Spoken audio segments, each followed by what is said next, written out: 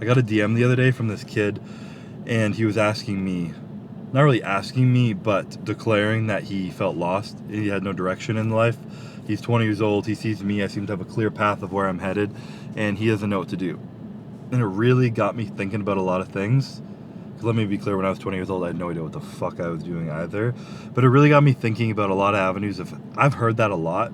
You know, had a lot of conversations with people at events or DMs or whatever it may be, of people saying things like this, and it's not a rare occurrence. And I feel like every generation has had their fair share of challenges. In the past, I feel like it was a little bit more physical, obvious ones like war, poverty, disease, crazy shit, which I know still exists in our world currently.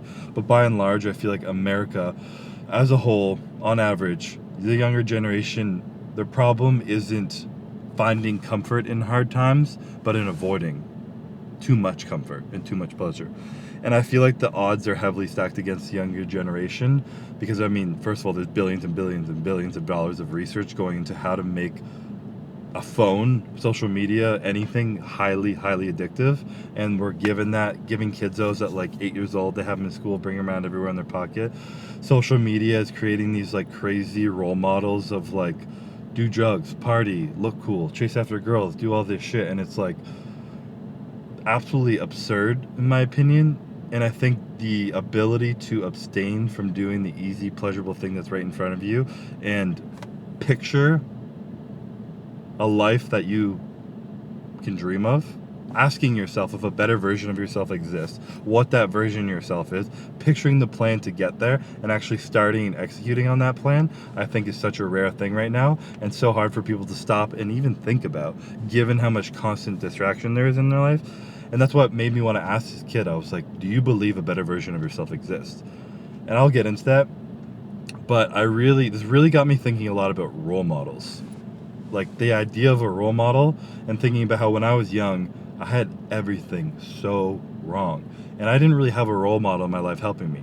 Don't get me wrong, my dad was incredible, but he wasn't really like in my face, on my case, in my job, knowing what I was doing. He was from a different generation. He wasn't close to my age or hadn't recently gone through anything I was going through.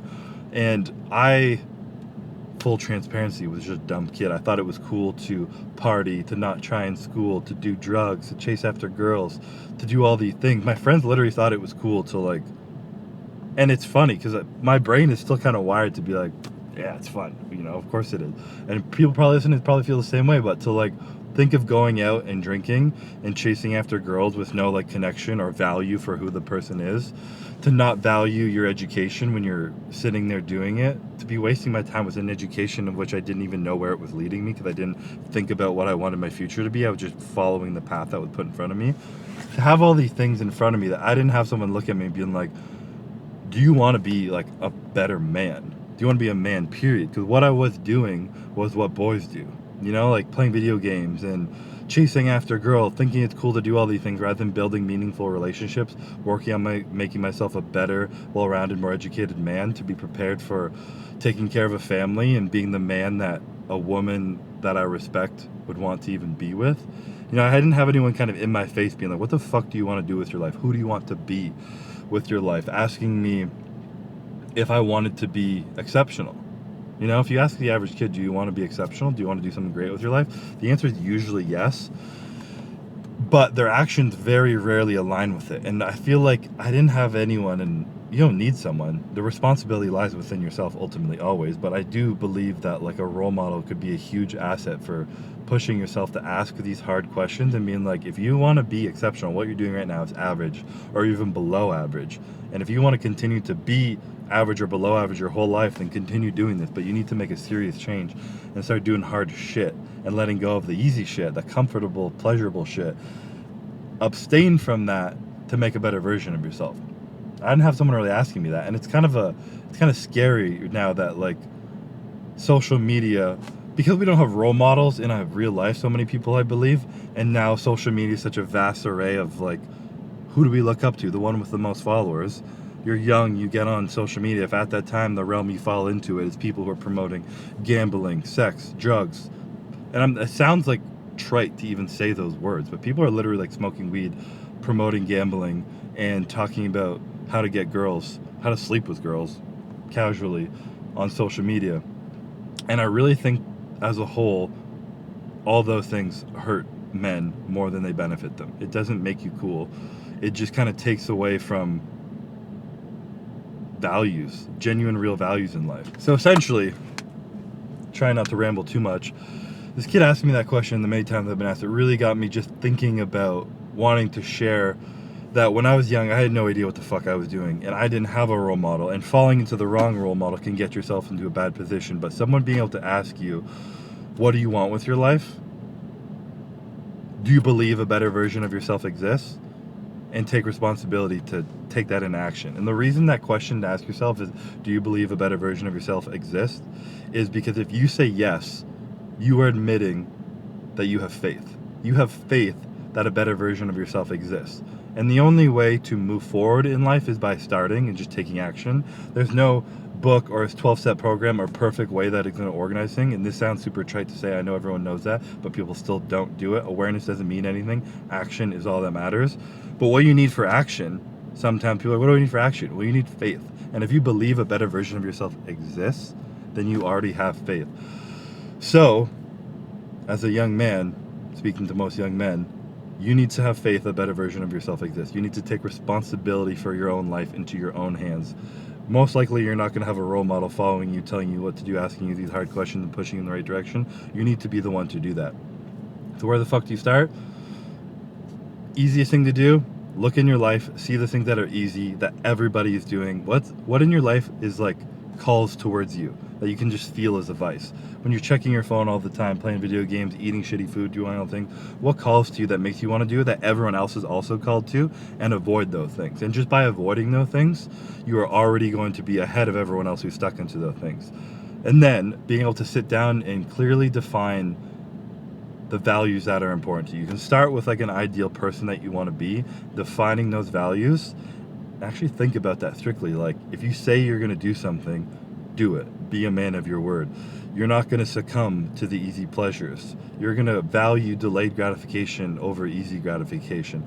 You're going to respect every single person that you meet. You're not going to lie. You're not going to bullshit. You're going to work hard. If you're going to do something, you're going to do it with intention rather than half-assing it and just be like, oh, at least showing up's half the job. Like, you need to declare how you want to show up into the world, and then stick to those things and just start taking action. And the first bit of action sometimes is just removing the pleasures, starting to do some hard shit. And that's also why I really love the gym, because the gym requires discipline. Choosing what you put in your mouth versus what you don't put in your mouth requires discipline. Going to the gym when you're tired and working hard requires discipline. And when you show your mind what your body can do by doing hard things and the progress that comes from that, it gives you a bit of momentum where you can start to see and think about things more clearly and start applying that same discipline to other areas of your life. None of it might make sense in the beginning, but I truly believe if you're at least trying to define your values, if you get them wrong, they'll evolve. If you create a path for yourself and you go the wrong way, you will still learn, and then you can create a new path from what you've learned there. But if you're just sitting down, absorbing comfort constantly and not taking action, you're going to go absolutely nowhere. So realize that you already have faith in yourself. Take responsibility for your own life, because no one's going to take it for you. Define who you want to become, the values that are going to get you there, and just start by doing something. That's all I got to say. And then the rest will come. I promise you. If you guys actually put the right effort into it and you're not spending your time absorbing bullshit, the rest will come. With all that being said, AC is starting to die on me in this car, and it is fucking hot as shit out. And I'm sitting outside my gym ranting before going to work out. So it's shoulders and arms. It's a beautiful Saturday. I may have some French toast after this workout. So if you bared with me through this rant, let's go work out. Alright, so I don't know how long I just ranted in the car. So I'm going to jump into this workout. I'm still doing really high volume giant sets. Built a bunch of strength, doing a shit ton of volume. This is why programming is so important. I really think that the biggest cheat code of training is having proper periodization to not plateau, where you can hit different stimuluses so that the muscle can keep getting different stimuluses, continue to grow, not hit plateaus. I said I wasn't gonna rant, and here I go. So shoulders and arms today. I got a giant set to start with a bunch of, oh wow, this is gonna be a lot. Damn. Shoulder giant set, tricep giant set, bicep giant set. Wish me luck.